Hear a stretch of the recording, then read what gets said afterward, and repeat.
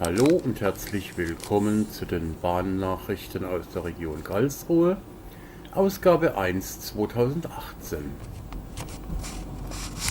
Beginnen möchte ich heute mit dem Baufortschritt der Kombilösung.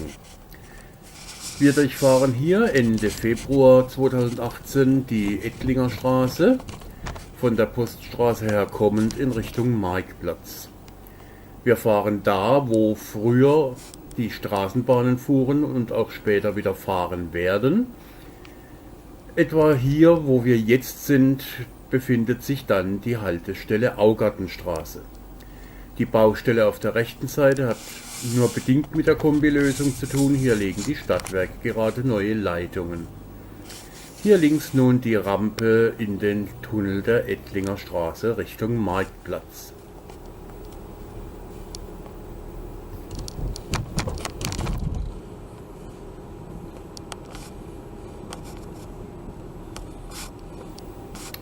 Auffällig ist hier, dass die meisten oberirdischen Arbeiten bereits abgeschlossen sind. Hier in der Mitte sieht man nun die Lichtschächte für die neue Haltestelle Kongresszentrum.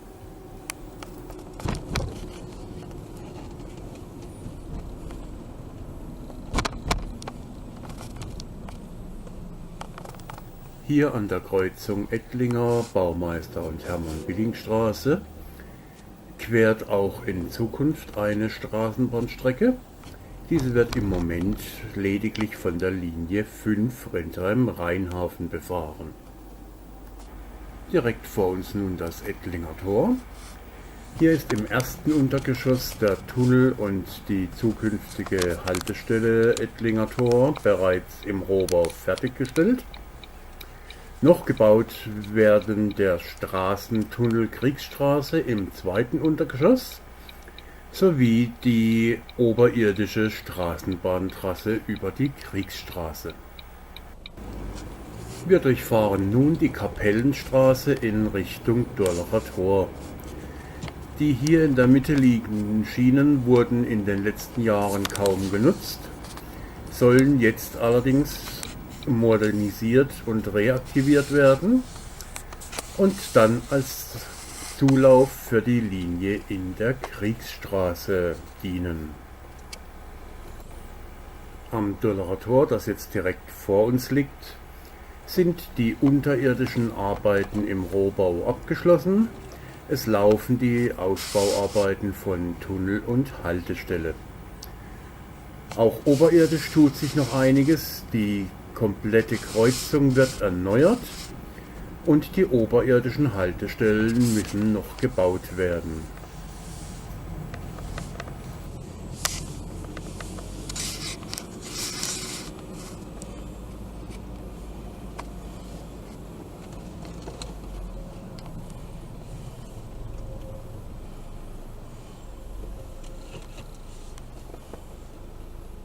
Derzeit gibt es auch starke Bautätigkeiten an der Tullerstraße. Hier wird die Haltestelle in der Durlacher Allee mit Hochbahnsteigen ausgestattet. Daher ist im Moment jenseits der Kreuzung in Richtung Durlacher Tor eine Ersatzhaltestelle mit Holzbahnsteigen eingerichtet. In der Tullerstraße selbst wurde auf Höhe der Tuller Schule die neue Haltestelle Essenweinstraße eingeweiht. Sie verfügt über Hochbahnsteige für die Niederflurbahnen und ermöglicht so einen barrierefreien Einstieg. Sie wurde als Ersatz für die aufgegebene Haltestelle Rindheimer Straße gebaut. Diese befindet sich gerade eine Kreuzung weiter. Verwundert waren viele Karlsruher durch die Meldung, dass am Hauptfriedhof nicht die Haltestelle in der Heiden-Neustraße, sondern die in der Tullerstraße mit Hochbahnsteigen ausgestattet wird. Auch dies hat natürlich mit der Kombilösung zu tun. Nach Eröffnung des Kaiserstraßentunnels soll die Linie S2 von Stutensee her kommend hier durch die Tullerstraße zur Durlacher Allee fahren, um in den Kaiserstraßentunnel zu gelangen. Kommen wir noch kurz zur Kaiserstraße. Hier sind im Endeffekt alle oberirdischen Arbeiten beendet. Kunden und Fahrgäste bemerken von den unterirdischen Arbeiten so gut wie nichts. Auch die Verschwenkung am Marktplatz ist beseitigt, man fährt nun also wieder geradeaus. Hier befinden wir uns nun in der Kriegsstraße. Auf der linken Seite die ersten Baustellen zum Straßentunnel, der hier beginnen soll und bis hinters Karlstor läuft. Hier über die von rechts kommende Kapellenstraße läuft in Zukunft also die neue Linie, die über die Kriegsstraße laufen soll.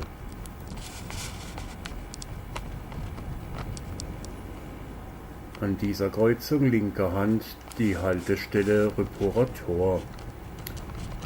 Hier zwischen Rüppurer Tor und Ettlinger Tor laufen am östlichen Fahrbahnrand Vorarbeiten zum Straßentunnel. Um diesen bauen zu können, müssen zunächst etliche Leitungen verlegt werden.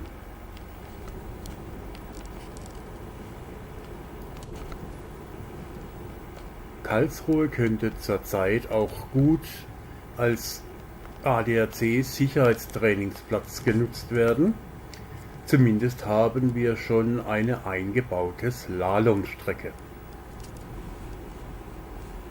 Hier am Ettlinger Tor.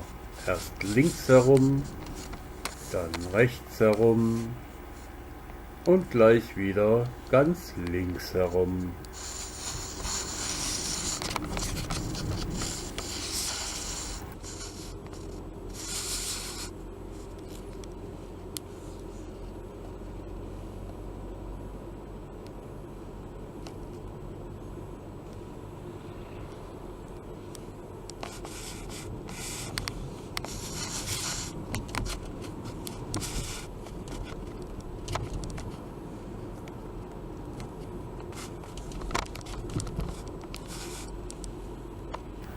In den westlichsten Baufeldern auf der Kriegsstraße tut sich bisher noch nichts.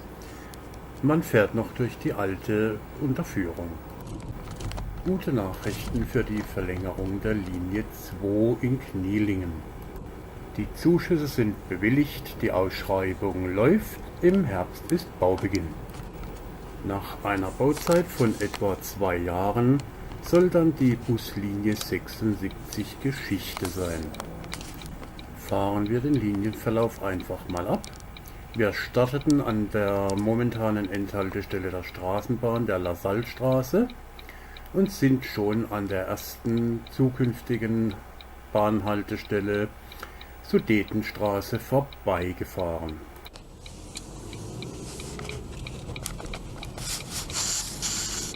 Wir sind nun von der Siemensallee in die Sudetenstraße abgebogen. Man sieht, es ist ausreichend Breite vorhanden, um noch Straßenbahnschienen zu verlegen.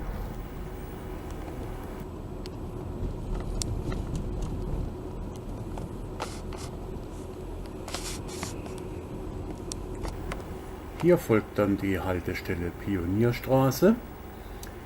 Auf der linken Straßenseite begann hier früher das Kasernengelände.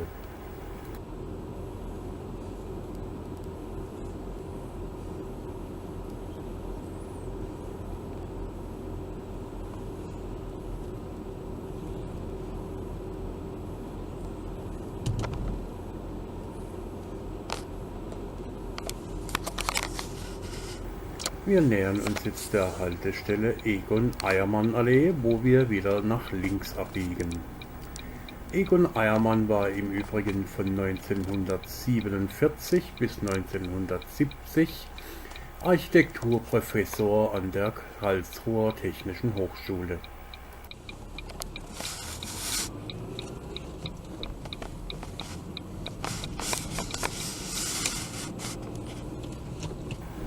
Im Moment ist die nächste Haltestelle bereits die Endhaltestelle Knielingen Nord.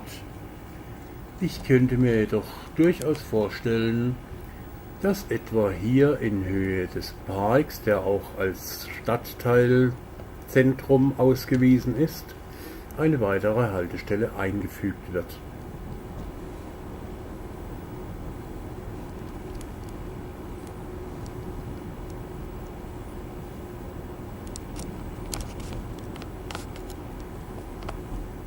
Hier erkennt man bereits, auf der rechten Seite wurde extra Platz freigelassen. Vermutlich kommt hier dann die Wendeschleife hin.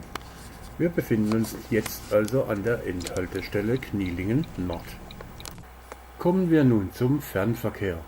Seit dem Fahrplanwechsel im Dezember 2017 gibt es eine Direktverbindung Karlsruhe-Mailand und zurück. Die Abfahrt in Karlsruhe ist um 9:10 Uhr planmäßig ab Gleis 2, die Ankunft in Mailand 15:35 Uhr. Die Rückfahrt ab Mailand startet um 11:23 Uhr und man ist um 17:29 Uhr in Karlsruhe. Gefahren wird mit Schweizer Triebzügen der Baureihe ETR 610. In Deutschland tragen die Züge die Bezeichnung Eurocity Express. In der Schweiz und Italien laufen sie als Eurocity. Verdammt! Auffällig ist die nahezu identische Fahrzeit trotz Nutzung zweier unterschiedlicher Laufwege. Die Züge in Südrichtung fahren nämlich über Luzern, den Gotthard und Chiasso, die Züge in Nordrichtung dagegen über Brig und den Lötschberg.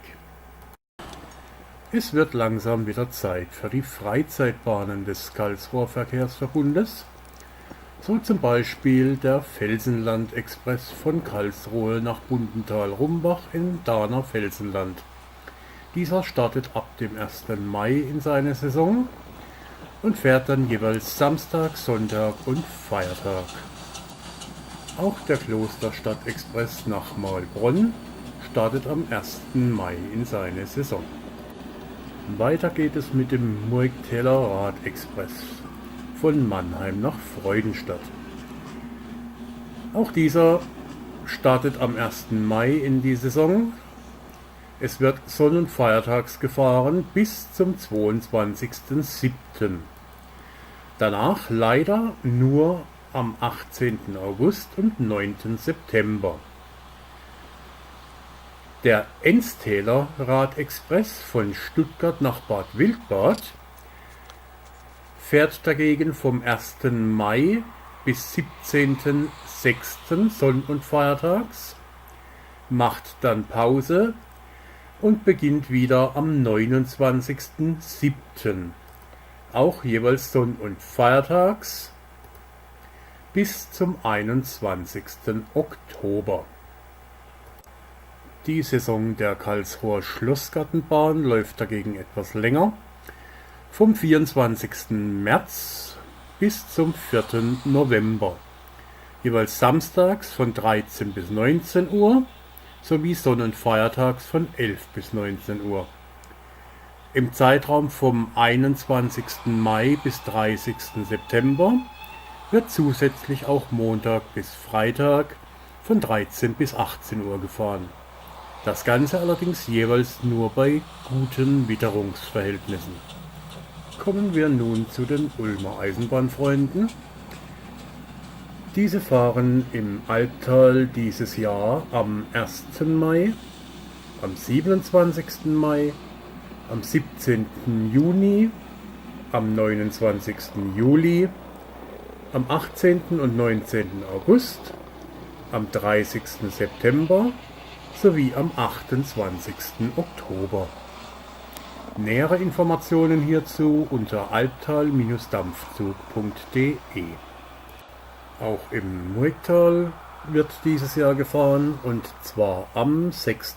Mai, am 3. Juni, am 8. Juli, am 5. August, am 2. September und am 7. Oktober. Auch die Dampflokfreunde Karlsruhe starten in die Gartenbahnsaison. Alle Fahrtage finden, wenn nicht anders erwähnt, von 10 bis 17 Uhr statt. Und zwar am 15. April, am 1. Mai, am 3. Juni, am 1. Juli, am 5. August, am 1. September das Laternenfest von 15 bis 21 Uhr, am 3. Oktober wieder normal 10 bis 17 Uhr und der Nikolausdampf am 9. Dezember von 14 bis 18 Uhr. Eine schon fast liebgewonnene Tradition aufgrund des Faschingsumzugs in Karlsruhe am Faschingsdienstag, nämlich das große Karlsruher Straßenbahnballett, gab es dieses Jahr vermutlich zum letzten Mal. Die Platane, die einer direkten Verbindungskurve von der Philipp-Reis-Straße in die Rüppurer Straße bisher im Wege stand, wurde nämlich inzwischen gefällt. Und die fehlende Verbindungskurve wird höchstwahrscheinlich im Spätjahr gebaut werden. Genießen wir es also nochmals, dass Bahnen vom Hauptbahnhof her kommend zunächst geradeaus über die Kreuzung fahren, dort ein zweiter Fahrer zusteigt, der die Bahn rückwärts in die Baumeisterstraße hineinfährt, woraufhin der erste Fahrer sie wieder geradeaus über die Kreuzung in die Philipp-Reis-Straße fährt. Dort steigt der zweite Fahrer dann auch wieder aus. Bei Bahnen in Gegenrichtung wurde spiegelverkehrt verfahren. Diese kamen über die Südostbahn zur Philipp-Reis-Straße. Dort stieg der zweite Fahrer zu. Es wurde geradeaus in die Baumeisterstraße gefahren. Der zweite Fahrer fuhr rückwärts zurück ins Rüppurer Tor, wo er wieder ausstieg. Und die Bahn konnte ihren Weg ganz normal in Richtung Hauptbahnhof fortsetzen.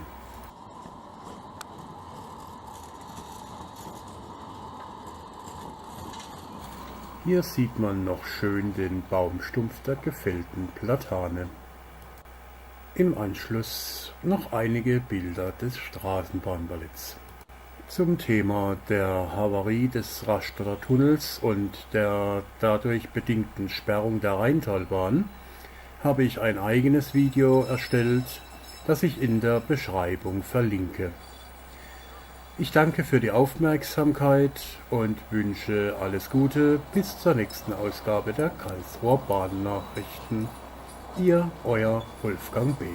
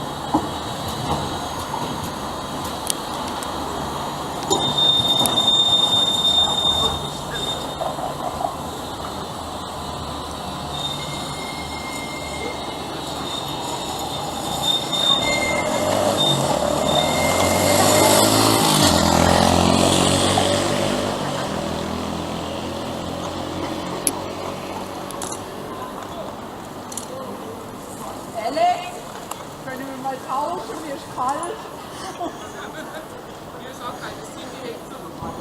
Aber ich will Schatten.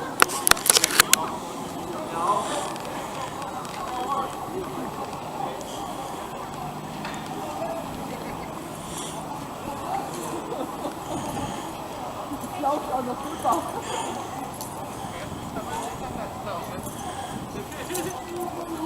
Die Farbe doch immer am besten. Ja, die Farbe auch.